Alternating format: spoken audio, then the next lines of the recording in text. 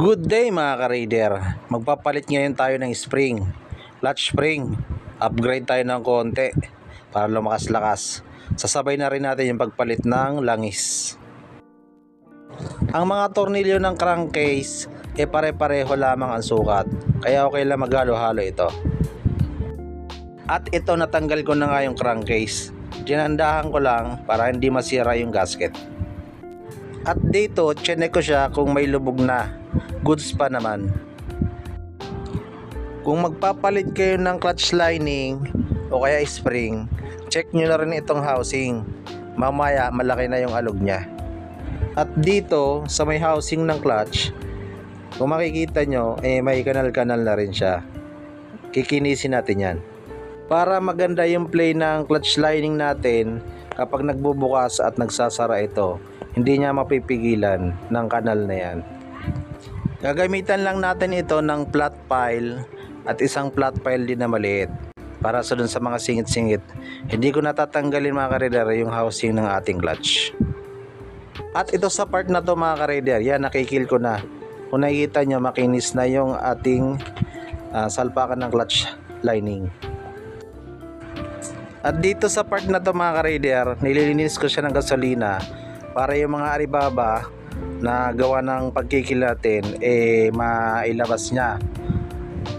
Walang matitira kahit konti na sasama pag naglagay na tayo ng langis.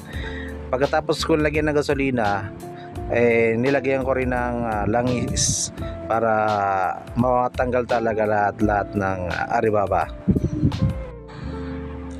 So itong clutch lining ko mga ka-raider, mas maganda to pag kayo ikabit nyo yung bago na. Sa akin kasi may kanipisa na, pero kinabit ko pa rin. At itong clutch plate natin medyo sunog na rin, pero kinabit ko pa rin. Wala pa rin naman ako pampalit Sa paglagay ng clutch lining, kahit magkabaliktad, okay lang. Sa paglagay ng clutch plate, yung matalas na part, yung hinihipo ko nakaharap sa iyo o sa bandang labas. Tapos sunod clutch lining, clutch plate uli, clutch lining sa clutch plate. Hanggang sa maubos. Check nyo na rin yung pressure hub kung may kanal na. At saka may kabit itong racing clutch spring.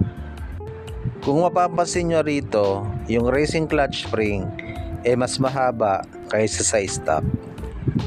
At itong may kanal-kanal na may arrow, ikutin nyo.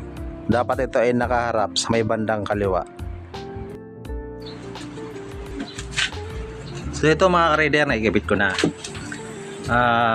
Hindi siya matigas mga ka-raider kasi nakabara ko naman ako na sa paghihigpit ng mga bolts mga ka-raider dito, kamay nyo tapos bigyan na lang ng konting diin kasi baka ma-lost thread.